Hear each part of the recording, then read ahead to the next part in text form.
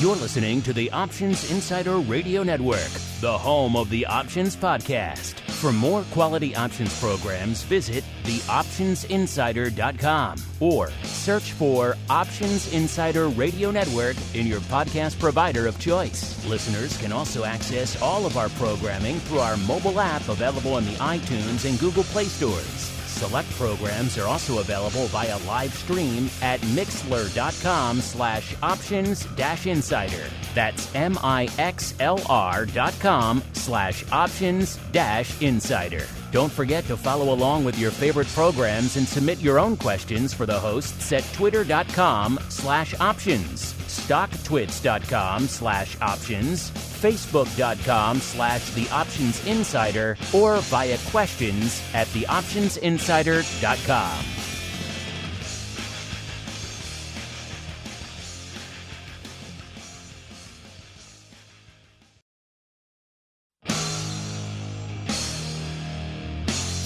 And now, it's time for the show that breaks down the options market from unusual activity alerts to market analysis, strategy overviews, listener questions, and much more.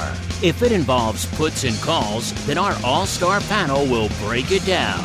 It's time to hit the Option Block with your host, Mark Longo from the Options Insider Media Group, and co-hosts, Uncle Mike TOSAW from St. Charles Wealth Management, along with Mark the Greasy Meatball Sebastian and Andrew the Rock Lobster GIOVINAZZI from OptionPit.com. And now, get ready to hit the Option Block. All right, everybody. That music means we are back once again. It is time for a brand spanking new broadcast week. Hope you had a great weekend. Hope you got out and about, away from some screens, saw some friends, some family, just maybe saw a little bit of outside fresh air. Always a good thing. But now we're back. We're ready. We're raring to go with another broadcast week here on the network. My name, of course, Mark Longo from the THEOptionsInsider.com.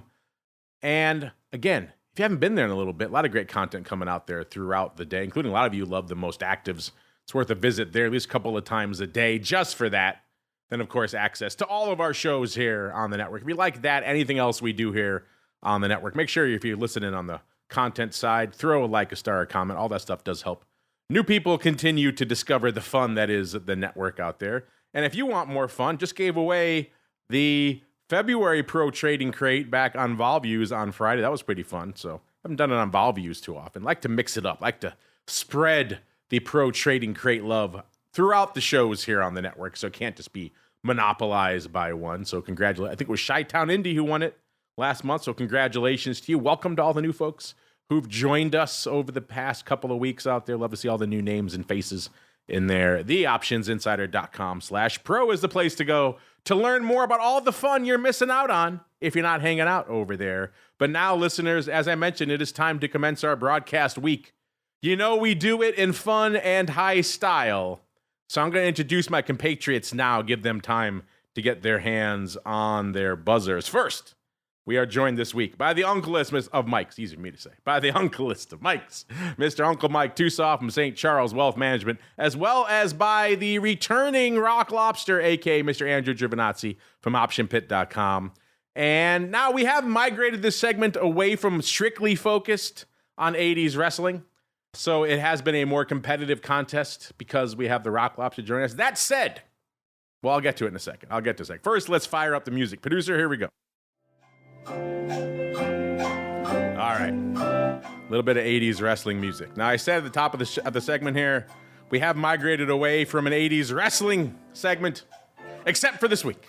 Events have conspired to draw us back into the realm of 80s wrestling. It's an all 80s themed trivia, so that includes 80s wrestling. So that said, before we go in, because I know Uncle Mike will get this one with ease, I will give the Rock Lobster an attempt to go first. I will say this, Mr. Rock Lobster, I know you can name your top tier 80s wrestlers, your Hogans and your Andres and those guys. But beyond that, I will ask you this question, give you a chance to get some points today.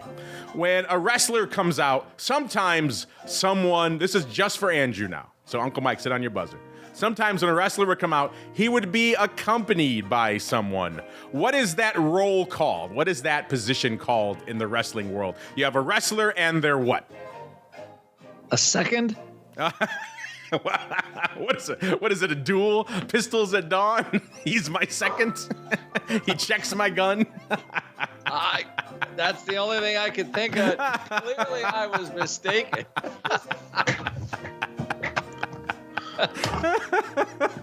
Andrew really didn't watch wrestling. Whatever doubts I had about that, I believe it now. That might be the best answer you've given us yet on all of these segments. That were second. I haven't heard that since 1674, the great duels of the day. Exactly. Well, the last duel was yeah, since Aaron Burr. Alexander Hamilton. Yeah, since Aaron Burr and Alexander Hamilton. They could have used a better second that day. All right, Mr. Uncle Mike, I know you know that answer, but that's not your question. Your question is special.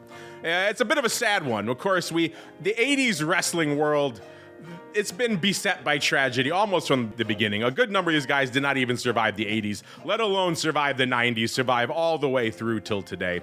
A handful have made it through till today. Until this past week, we lost another one just last week. Now, this person, Uncle Mike, he wasn't a top-tier guy. He wasn't even really a mid-carder. He was kind of more of a secondary player, if you will. But he had a moment. He had a brief moment in the run with the old $1 million belt. He was known as the valet to the $1 Million Man. Who did we lose last week, Uncle Mike? Oh, I didn't know we lost him, but would that be Virgil? Yes, he passed away last week, pretty tragically, yes. I thought you knew that. Oh my goodness, that's too bad. I didn't know that. Yeah, we did. So yeah, Virgil, yet another one down. Not many left. You've got Hogan and Hogan. Not Jake the Snake is still kicking around somewhere. A few others, but yeah, it's getting pretty slim pickings out there. So yes, alas, we lost the best. He wasn't a manager. This one was actually a valet. So there you go. That would another one I would have accepted for you, Mr. Rocklauser. But yes, the sad passing of one Virgil as we keep on rolling right on into the trading block. It's time to break down the latest topics, trades, and trends in the world of options. It's time for the Trading Block. All right, everybody, welcome to the Trading Block, the portion of the show where we break down what the heck is trading out there. And a bit of a weird one out there today, kind of a little bit of red and now kind of mixed as we're kicking off the show. The S&P is fighting to stay green. It's pretty much unched up 0.01% right now. The Dow off about 0.15 and the NASDAQ off a little, almost 0.2. So not exactly a strong or even really strongly directional start to the week. We're kind of just mostly adrift. A lot of the red came earlier this morning from the big news out of Apple just getting slammed by that EU fine.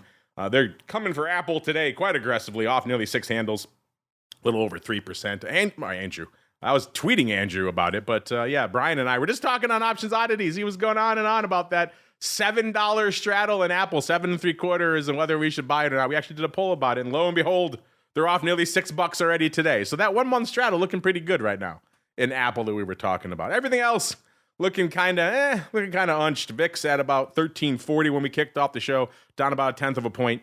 VVIX at a 79, also unched. VXX 13.5, down a whopping 1/4 of a point. UVXY 680, literally unched.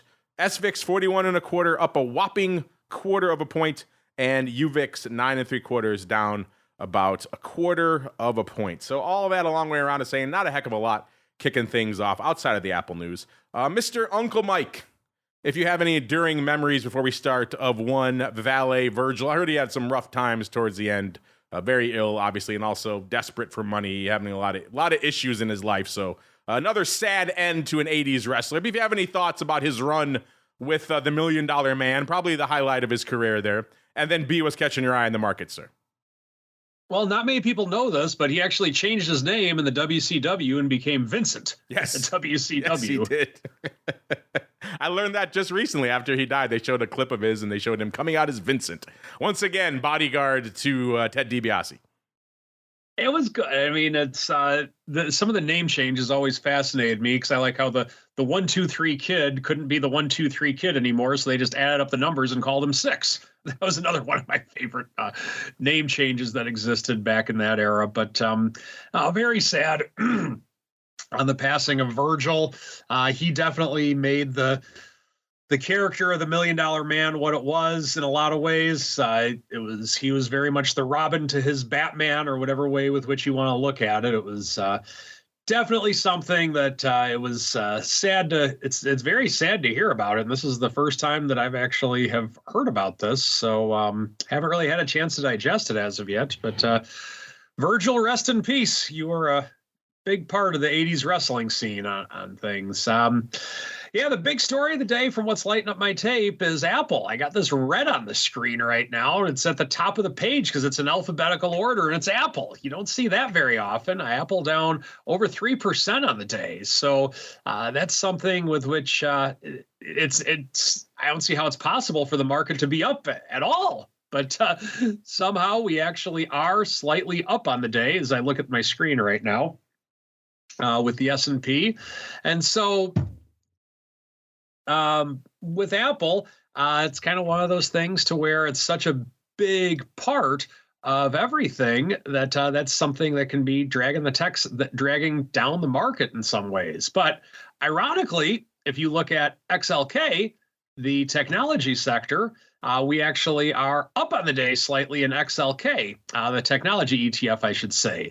And the reason for that, why would that be? Well, what's it called? NVDA. NVIDIA is up $43 on the day, and it's up 5% on the day. So that's definitely something there, no doubt about that. So we do have NVIDIA making actually a pretty decent sized move even for NVIDIA. So we do have that. Now, of course, the counter to that, we have some up, we have some down today. Tesla down over 7% on the day, down at the 187 level again. So we are having some pullbacks on the day. But the other part of the day, or the other part of the market that we are getting some traction, we actually have a little bit of upside in XLF. And so leading the first one that's popping out when I'm seeing in the financial sector, which is where XLF is, would be JP Morgan. That's up over $2 on the day. So we're getting some movement there. And then the other thing that is also catching my eye today that's of interest is that we get a lot of, whenever we allocate people to small cap or mid cap, one of the things and we have to explain it to clients a lot of times if we do this, okay, sometimes this is going to beat the S&P 500, sometimes it's not. There's cases to be made to where small cap stocks have beaten the S&P over time, whatever way you want to look at it. But what I think is pretty interesting today is that we have the S&P 500, the large caps, 80% of all U.S. business and commerce. It's up slightly on the day, relatively flat. But if you're looking at other things that are kind of the other parts of the market, we have IWM, which tracks the Russell 2000, the little stocks, the small caps, I should say, up roughly 0.5%. But the redheaded stepchild of all sectors, the one you never hear anybody talking about, MDY, the S&P mid caps, that's up over 1% on the day. So be interesting to see if maybe this can be the start of the mid-cap rally of 24 that takes it to the stratosphere in the mid-cap world. So we have that going on today. And then the final thing that's of interest is that we have silver starting to make a little bit of a run again. One thing I was able to do going into this year, because silver had a down year last year, we were able to adjust our risk reversal or our modified risk reversal downward.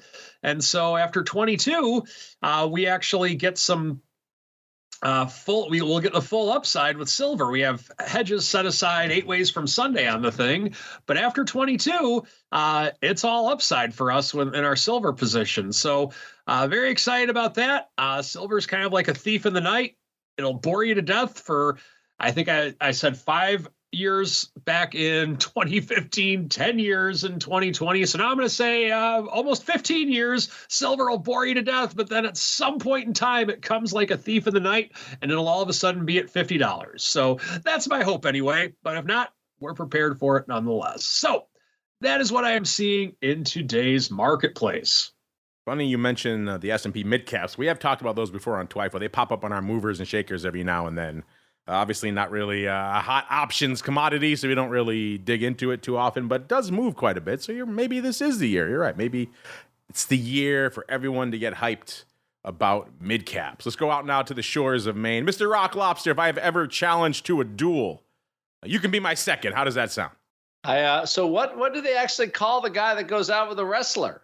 He's a manager. He's usually a manager. In the case of Virgil, he was a special case. He was a valet because he was being an assistant to a rich manager guy. or valet would have been. Mostly, they're 99.9% of the time are they managers. Virgil was pretty much the one. Yeah. He was the one valet. I didn't know that. I guess, yeah, because, the second, isn't it the ring guy in a boxing match is the second?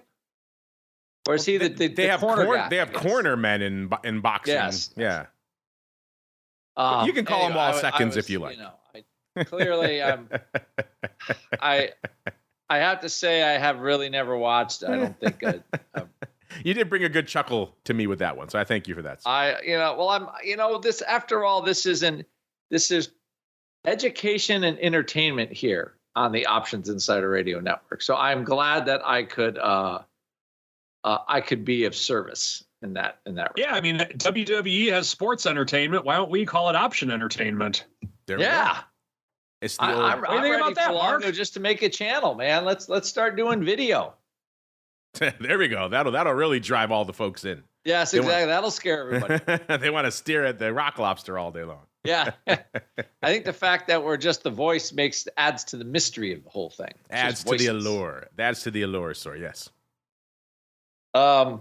So I would say, what am I watching? Well, I believe we are somewhat, we're somewhat in the thrall of Powell. The Supreme Court laid down the 9-0 ruling on Trump being elected. As long as that October future is still 20-something and it sticks out like a sore thumb, the market does look at the elections or, the potential of volatility around the election. So I don't know if that was expected, but I don't know. It didn't move the market much, let's say. So I guess that's one thing down election-wise anyway. Well, now we'll keep maybe, somehow plod forward. From a market point of view, so Powell speaks Wednesday, I believe he does this. Is it Humphrey Hawkins or he's got to testify in front of Congress to the de rigueur shakedown where all the politicians try to score points to make themselves sound really smart. And since, let's see, they're adding $1 trillion to the national debt every quarter now. Where that money is going, don't know. It actually, I'm trying to think of the hole that they put it in at this point. It must be awfully big, because I don't see any of it. So that probably, I think that still keeps the market somewhat off balance. But still close to all-time highs. So, we're only a couple of ticks off. AI continues to make everything rip.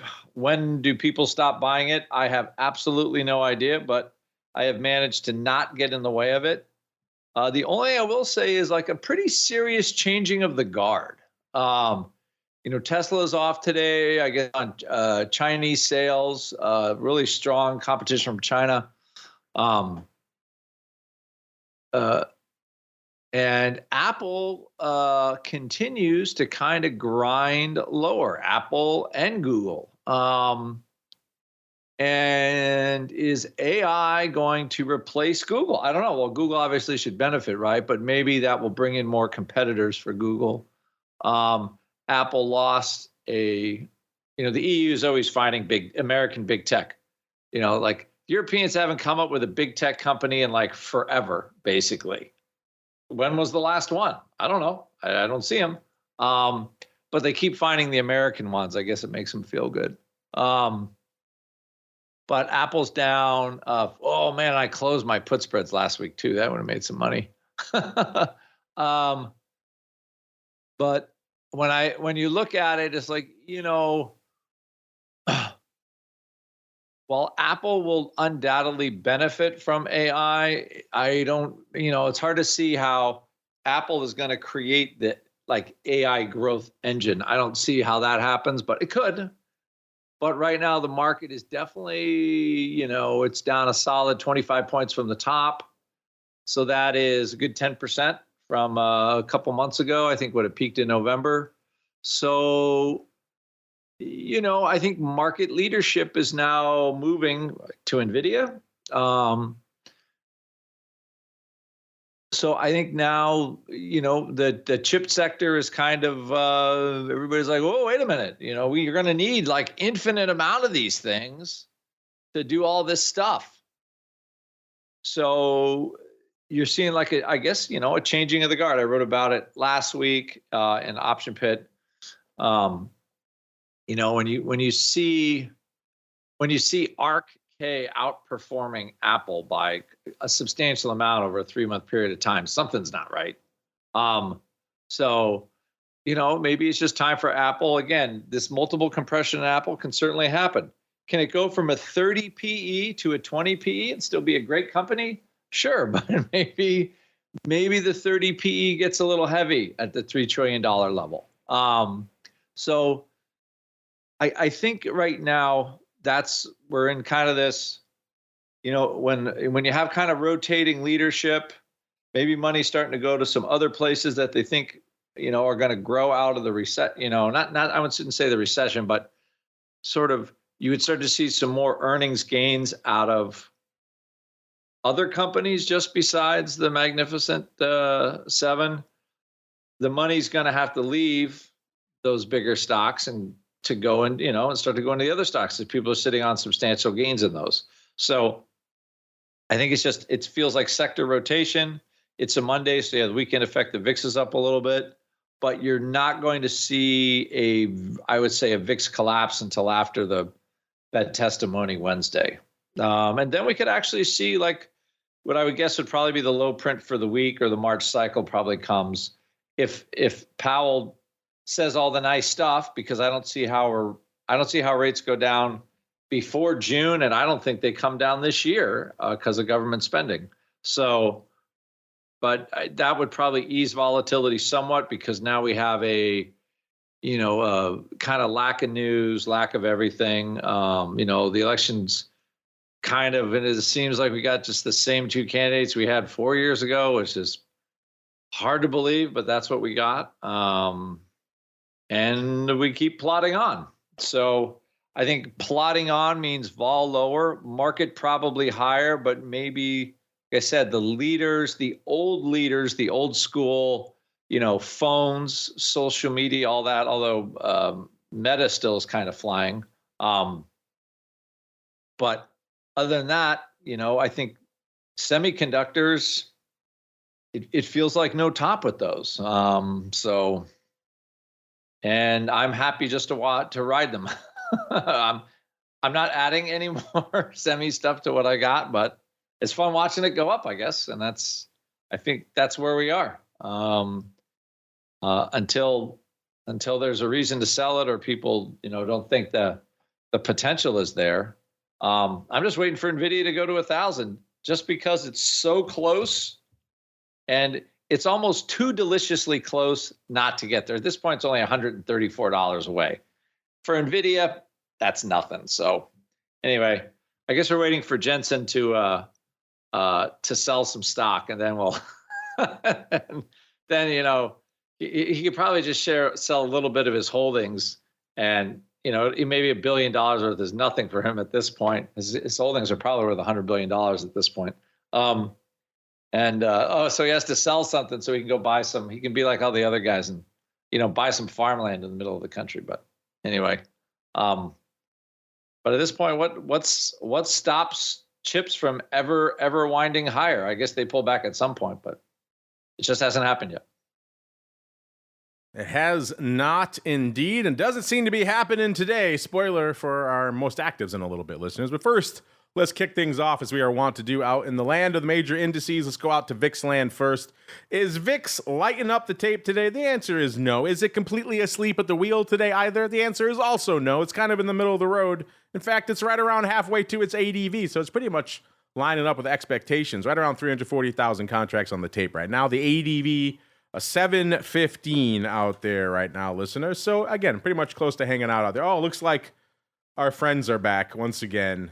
It's got the 1x5 is going up again. Looks like maybe not quite 1x5, more like 1x3 right now. We got the May 22 47 half. Usually it's 1x5 they do it, but we have 132,000 of those combined going up, 100,000 alone of the May 47 halves. If you've been listening to Vol Views, you know that 47 half strike, and just about every month is just loaded up to the gills as a result of this ratio spread that's been going up here for size.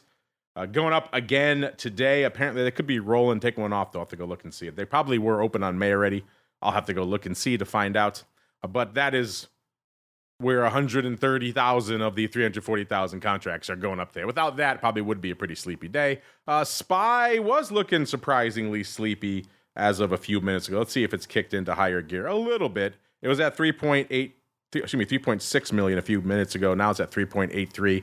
That is still pretty light. Usually we expect to see SPY north of 4 million, if not around 4.5 million by this time of the day. So a little bit light out there today for SPY. The ADV, 8.63 million out there. The S, same deal. Pretty light in the S as well. 1.35 million on the tape right now. It's been a while since we've seen the S well shy of the 1.75 million. I just racked it up again to see if they've added a little bit more. And yeah, just in the last few minutes, it's up to 1.45 million. Still not even 1.5 million. Usually expect to see them 1.75 million, if not higher, this time of day. The ADV, 3.21 million. Will they get there today? Who knows? Seems kind of light today. Small caps, IWM, also looking pretty light out there today. They were at 548,000 contracts. By the way, they're up about 0.4% today. So they're feeling a little bit of their oats today out there in small caps land. And in terms of volume, not exactly feeling their oats. They're at 578. They've managed to climb to 601,000 in the last couple of minutes out there. The ADV, 1.38 million. And last but not least, we got our old friend, the Qs. They were at 1.86 million just a few minutes ago. They're just within spitting distance of 2 million now, 1.98 million. You know the Qs, they like to hang out a little bit north of 2, right around 2.2 million. They're probably the most predictable of this bunch for this time of the show. And then they spend the rest of the day getting the rest of their ADV out there. But everyone's fixated on single names these days as well, given the fact that we just came out of a hot earnings season. We still have some hot names popping off. We'll get to that in a minute. Is it a banger day on the single name front? The answer is yeah, kind of. Decent. It's respectable, all things considered. 290,000, so just a blip below 300K. That's certainly respectable. That gets us to our old friend, the Amazonians, the newest, the hottest, the sexiest new member of the Dow. Are you into the Dow now that Amazon's there, listeners? I'm curious. Hit us up, let us know. Amazon not looking that sexy today. 177.90, off about a third of a buck on the day, but a good for 290,000 contracts and the number 10 spot. Number 9, right back to the chips we go. SMCI, aka Super Micro Computer Inc. Say that one 5 times fast. 11.17 today, up only 211 handles, or 23.5%. My goodness, they're going to make their way into the S&P, and that'll do it. Goodness, this thing has been on the rampage just over the last couple of months. Let's see, over the last month, how much are we up? We're up 70% in SMCI. It was 663 on February 5th. Now on March 4th, it is 1130. My goodness, the madness out there. PE nearly a 90, listeners, and not stopping anybody out there. Number 8, keeping it in not chips really, but AI related names. This is Palantir. 24.14, off about 80 cents, or about a little over 3, about 3.2% today. So they kind of came for Palantir today. Interesting, because all the rest of the AI-related names had a nice pop today, but not Palantir. Feeling a little bit of the dark side. Number 8, 363,000 contracts on the tape. Number 7, off to crypto land we go. It's Mara. You know it's a day that ends in Y. Mara is rocking and rolling today. It's at 25.40, off about $1.50 today. So about 5.6%. This thing just moves at an incredible clip. Today, 389,000 contracts on the tape. You want a little more insight into that? Stay tuned for the crypto rundown coming up after this show. We'll get into all that fun with Mr. Greg Magadini, diving into all the madness out there in the world of crypto. And spoiler alert, there's a lot of madness. It's a fun one. Number 6, my old stomping grounds. It's Intel, back to chip land. It's 401,000 contracts on the tape for Intel. 46.13, up about 2 1/3, about 5.25%. So a nice pop out there today. More buyers than sellers at the end of the day, kid. Number 5, out to Alphabet, Class A, 429,000 contracts on the tape. 132 and about a half, off about 460 or 3 1/3%. Alphabet's kind of been wearing it a little bit of late. Of course, they had their not exactly stellar results from their AI last week. And if anyone needs this stuff to really perform, it's kind of Alphabet. They need it really. If you think of the strategic threats to their search dominance, AI is certainly the biggest one to come along in a while. So they need to be at the vanguard of that just for self-preservation. And at least so far, it doesn't seem to be materializing. But again, it is early days. Nonetheless, they're coming for Google today. 429,000 contracts. And the number 5 spot, number 4, used to be the bottom half of our chip zone. These days, who knows where it's coming in? It could top the list some days like it did last week. Today, it's number 4. It's AMD, 207 even, up about 4 1/3 or 2.1%. Good for 784,000 contracts. And the number 4 spot, number 3, we were just talking about this.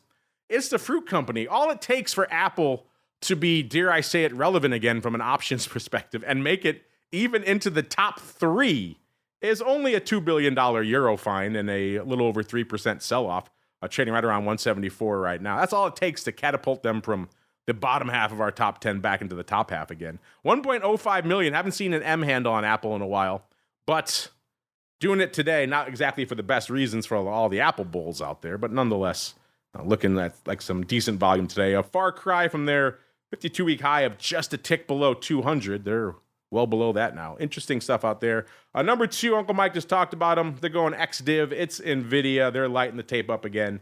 $43 to the upside. 865, in 3/4, up about 5 1/4%. What's 5% to NVIDIA? It's a rounding error. 1.37 million on the tape for them. And you know what? Even still, nothing can usurp the king yet again today. It is Tesla. 1.69 million on tape. Tesla, they're coming for Tesla today. 187 and about a third, off 15 1/4. So everyone thought, okay, they're rallying back to 200. Maybe things are settling out there. Nope. Right back down 15 handle, 7.5%. Bad news out of China. Also, some issues with that ongoing debate over Musk's ridiculous pay package. All that combining for a little bit of downside action. More sellers than buyers, kid, in Tesla at the end of the day. So a lot to unpack out there. In terms of earnings, we are not done, listeners. Stuff popping off this week. NIO tomorrow. So you want more electric vehicle insight. NIO's there for you. Target tomorrow, as well as Nordstrom's and Box. Wednesday, Foot Locker and Victoria's Secret. It's a weird combo. And then Thursday, we've got Kroger and Burlington and Costco and Marvell. So still some names popping off out there, listeners. We got, just because we like you folks, hot off the presses from our friends over there at Oratz. We've got some names popping off this week, including good old GGAL, Grupo Financio Galicia S.A., ticker symbol GGAL, GGAL. Trading 22 1/3 today. They're popping off before the bell. They went into their announcement about 22.30, so they literally haven't budged. They were pricing in nearly 7%, and they're unched right now. So that's some dramatic underperformance. A Target tomorrow, 155 1/4 is where they were trading. They're pricing in 10.85. In the past, they moved about 12 1/3. So about $1.50 worth of less juice on the old Target front. That's kind of interesting. Is the vol gone in retail? I guess we'll find out. Box tomorrow after the bell, 26.5 is where they were trading. They're pricing in 270. In the past, they've moved to $1.50. So, wow, that's a fair amount of extra juice in Box. And then let's go out to Foot Locker, 34.60 is where they were trading. They're the sixth before the bell. They're pricing in 5 1/4. In the past, they've moved 4.90. So, not a huge evolution on their earnings front out there. Nordstrom's, if you want a little bit higher end retail, fifth after the bell, 20 3/4. They're pricing in 2 1/4. In the past, they moved 262. So a little bit less juice there. Let's keep rolling really quickly. Let's go out to Costco, big box, warehouse retail, seventh after the bell. 750 pretty much is where they were trading. They're pricing in 32.88. In the past, they've moved 20.5 bucks. So that's a heck of a lot of extra juice, about 12 1/3. That's a lot of juice in Costco. Intriguing. I'll have to go dig in there, see what's going on. You know what's going on in the season, listeners, is a banger of a season. 129% is where we're hanging out right now. I can't recall another season that has been this lofty, this far into the cycle. And we've seen spikes above 100% in the past. Usually it's week 1, week 2 when we only have a handful of names reporting and the data set is still pretty small.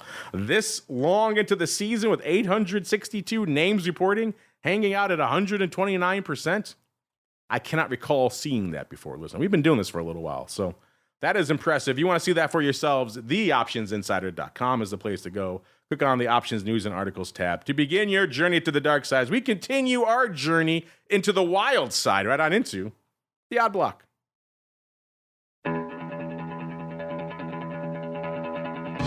It's time to break down the most interesting, unusual, and downright questionable options activity that's been identified by theoptionsinsider.com. It's time for the odd block.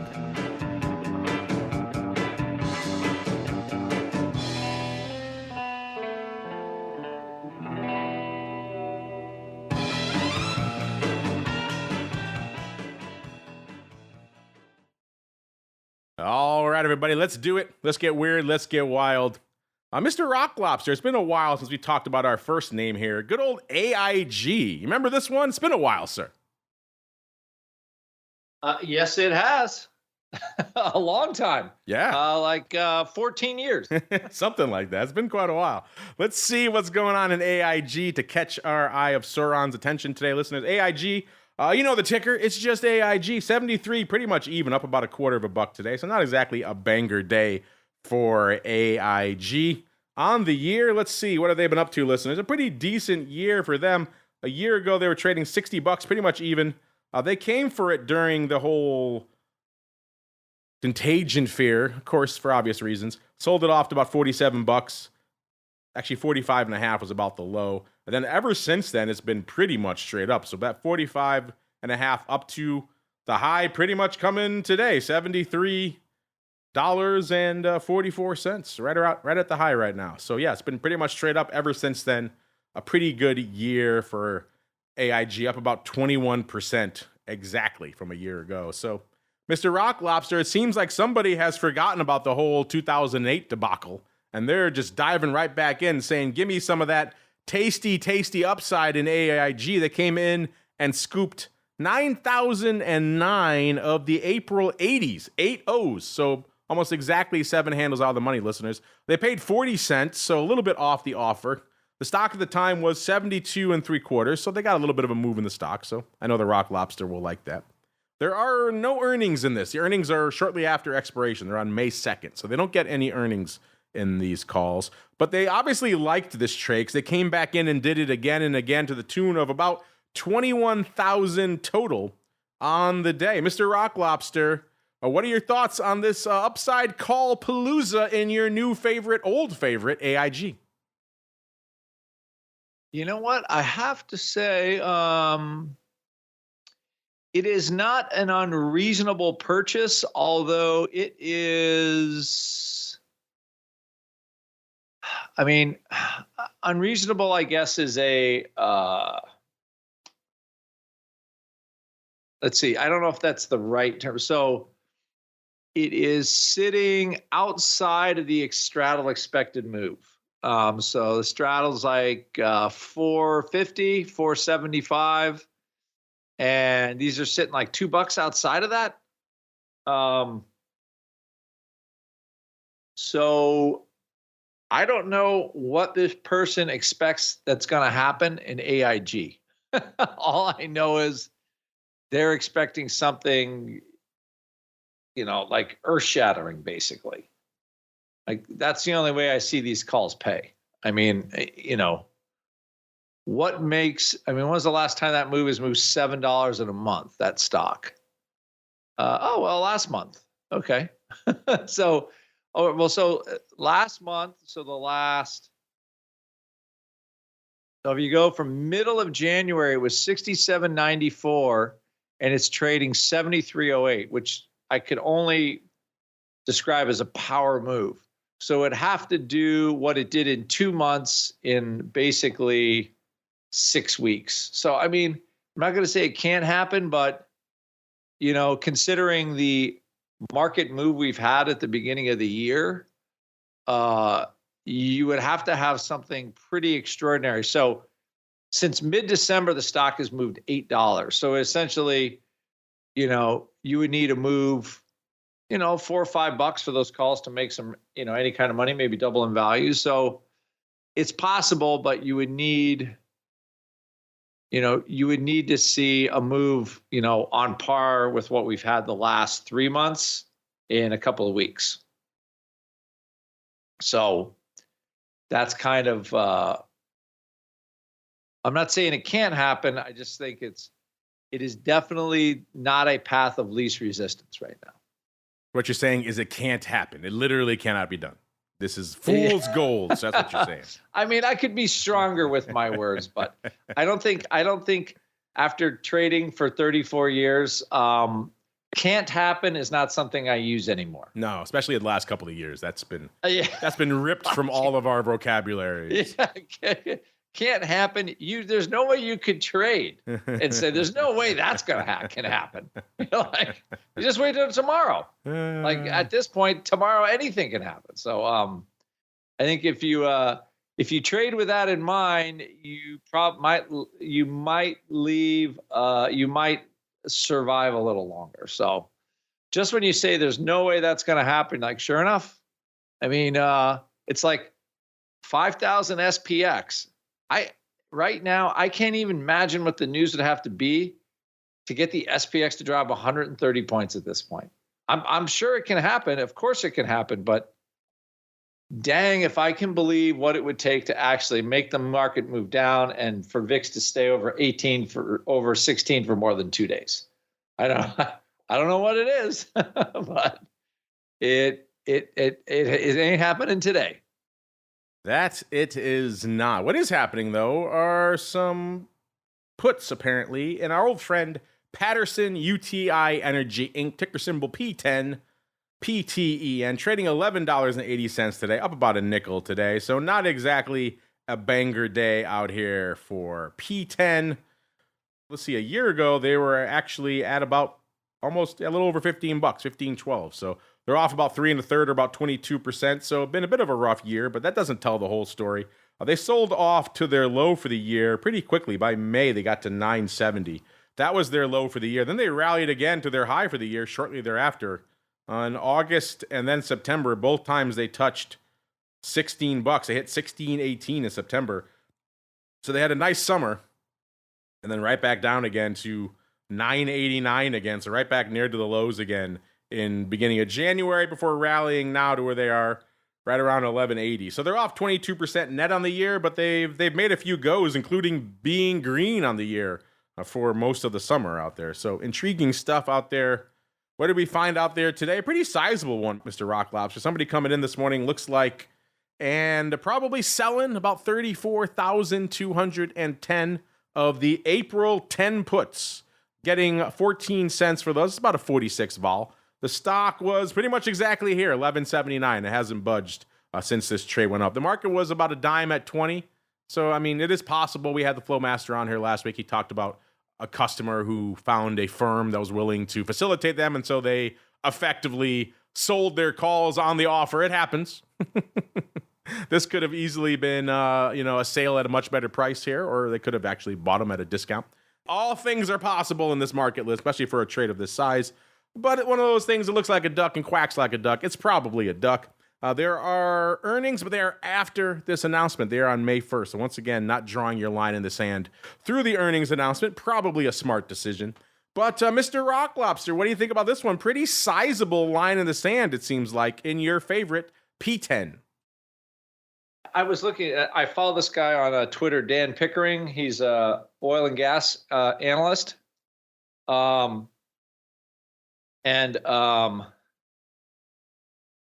He's really good. And usually he's like, I think, what is it? This is like, he calls it Merger Monday or something when they have to, for it's kind of a calendar anomaly or something when they announce mergers and acquisitions in oil and gas space. I don't know exactly the reason, but he's a good follow on Twitter. A lot of industry knowledge. And this customer is doing the same thing I am, but I'm not selling 34,210 of them. I'm selling puts in, you name it. You name the oil and gas stock. So I'm just trying to acquire shares while the market is chasing AI madness, which I'm writing that, but to not to a huge degree, but still some. But the selling puts in the oil stocks, is just adding to some monthly income. So I think as a trade, I like this trade idea. Earnings just came out, stock gapped $1. Like the 10 strike looks hard to breach, although it's not a lot of money. It is that number for a put seller. They like 250 to 500,000 bucks on their right, and with their ability to get the stock eventually. So I can't say they're getting 1% to sell their April puts. So 1.4% on the 10 strike.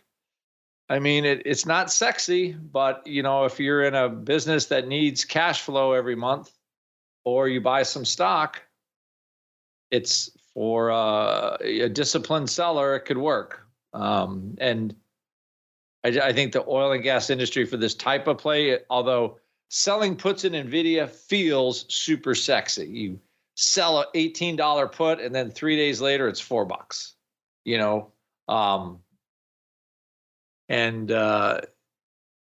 It feels great when the stock's going up $50 a day, and then one day the party will stop, and that put you sold for $15 goes to $125.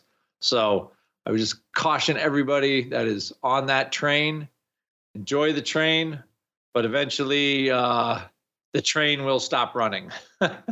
So just be mindful of that. So I tend to sell puts in more boring stocks that it's the value investor side of me comes out for that kind of stuff. But I think this is a decent line in the sand put sale. I mean, by any standard, it's kind of textbook as a sale. Who says getting income isn't sexy, sir? And less chance of getting your face ripped off. That's a double win out there in good old PTEN. Let's see if Uncle Mike's got a triple win for us, because it's time for a little bit of the old strategy block.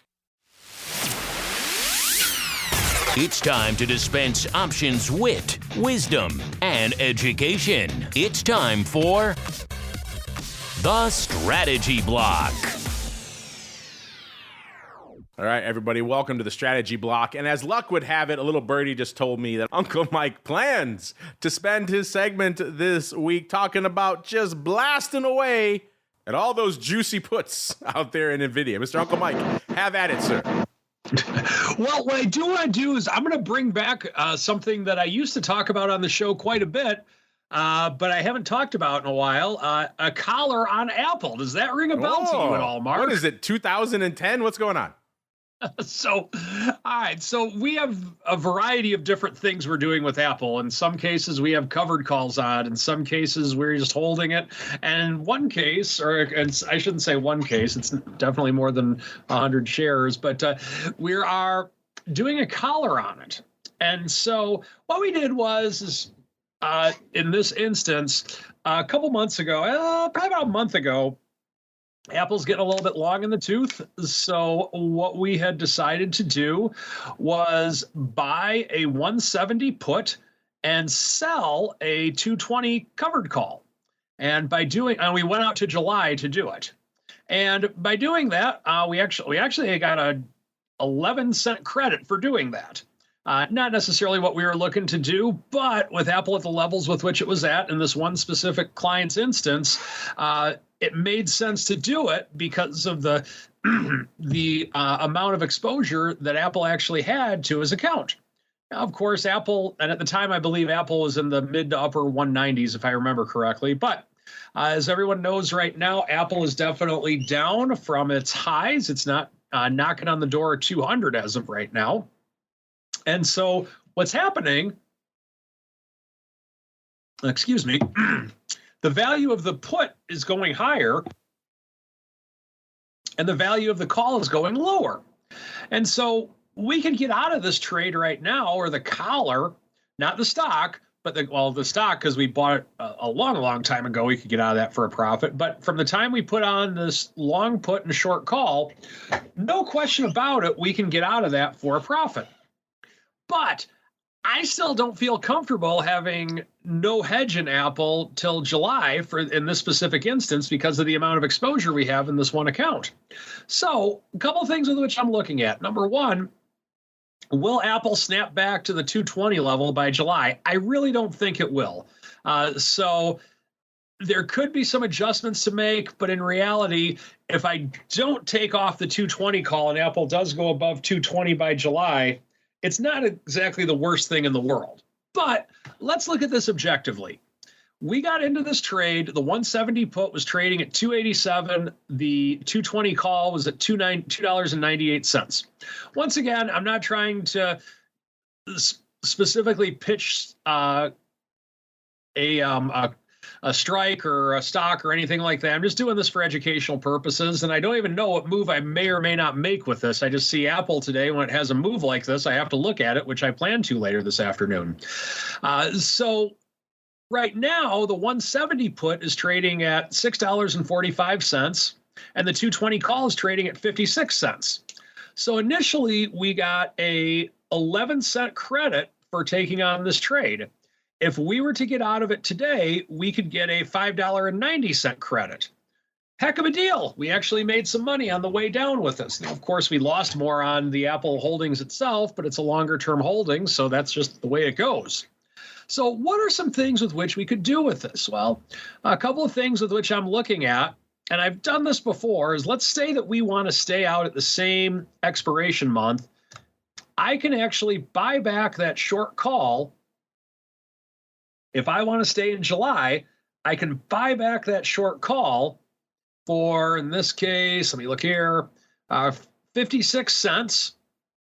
And then at the same time, I could sell a 130 put for 60 cents, even a 4-penny credit. Now, what that essentially does is that then gives this client unlimited upside with Apple. And now he's in a position to where it's a zero-cost put spread, meaning he'll have protection from 170 down to 130, $40 worth of free protection.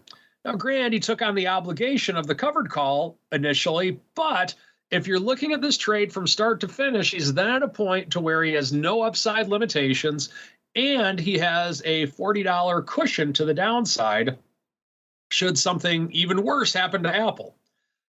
Couple other things with which you could do if you want to get really cute with this. You could maybe roll down the call and then, buy to close the call, maybe sell a closer to the money covered call for a shorter time frame. And then when that comes out, then he has a free put option if you want to look at it that way. I tend not to want to do that if I can help it, but that is another choice with which you can do it. Or another choice, just let it sit there. It's doing its job. Why waste things on it? Why try and overcomplicate things? Why do you want to shift things just for the purpose of shifting? I'm not sure as what I'm going to do with this yet. I will look at it later this afternoon. I typically like to do things like this closer to the close, but that is kind of a peek inside the mind of old Uncle Mike and things with which he looks at when you get a 3% drop in a stock with which we have a collar on. And that is the strategy block for today. First one of March. First one indeed, as we keep on rolling and go around the block. It's time to tell you what we'll be watching on our trading screens until the next episode. It's time for Around the Block. All right, since we are coming up against it, we're going to do a combo of Around the Block as well as where folks can go to learn more about what you got cooking. Let's start with the Rock Lobster, sir. Where can folks go, or I should say, before we get there, what are you keeping an eye on for the rest of this week? I think you hinted at it at the start of the show, but what are you keeping an eye on until the Thursday show? And B, where can folks go if they want more Rock Lobster goodness in their lives? Yeah, my products are doing really great this year. Well, they do great every year, but we're starting off with the band. So if you want to learn how to trade in a risk control way, come on over to optionbid.com, 888-TRADE01. What am I looking at? waiting for Powell to say his stuff, and that way we can just hurry up and get to 5,200. Because it's another week. Every day has a Y at the end, and right now, stocks go up because I want to hear TOSAW say, never in the history, next Monday when we're trading 5,200. All right, check them out. OptionPit.com is the place to go. And Mr. Uncle Mike, same question for you, sir. What are you keeping an eye on for the rest of this week until the Thursday show? And B, where should folks go if they want more Uncle Mike goodness in their lives? You know what? It sounded, when you said the rock lobster goodness in your life, I don't know. I'm feeling musical today for some reason because it sounded like a 70s Brady Bunch theme song. I got the rock lobster goodness in my life. So anyway, just figured I'd share that. Wow, I didn't think we'd get a musical segment from you at the end of the show. That makes it impressive. I feel touched. I got the rock lobster goodness in my life. Well, what more do you want? So, I just waiting on Powell for the week. We'll see where we're at with everything and see if we have another historic moment in the markets later this week. For now, we're flat. And then if you want to learn about how to get some more Uncle Mike goodness in your life, check it out, stcharleswealth.com, or follow me on Twitter at Mike TOSAW, TOSAW. Would love to have a conversation with any of our audience members. There you go, listeners. That's going to do it for us on the old OB today. Not going to do it for us on the network today, though. Back in a little bit if you're hanging out in the live hangout. We'll be back in a little bit with Mr. Greg Magadini to hold court on all things crypto, volatility, skew, all the madness that's going on out there. Bitcoin, who knows what the hell it is today. You got to tune in to the Crypto Rundown to find out, except for Uncle Mike. He wants no part of that show. But everybody else, Crypto Rundown. And you know what? We don't want any part of him. Nana, nana, boo-boo to him. So check it out. Crypto Rundown coming up in a little bit. Back again tomorrow, of course, with our usual array of content. A pro Q&A goodness. Wednesday, doubleheader of options boot camp. So be there or be square, especially if you're in the pro. You get access to all that right away. So that should be fun.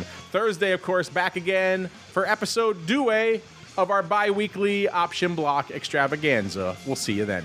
Stay safe out there, everybody.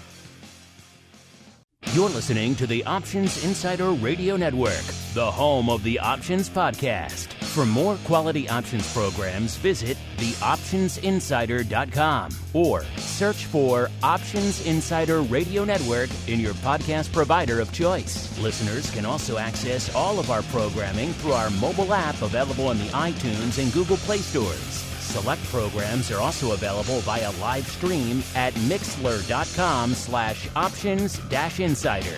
That's mixlr.com/options-insider. Don't forget to follow along with your favorite programs and submit your own questions for the hosts at twitter.com/options, stocktwits.com/options, facebook.com/theoptionsinsider, or via questions at theoptionsinsider.com.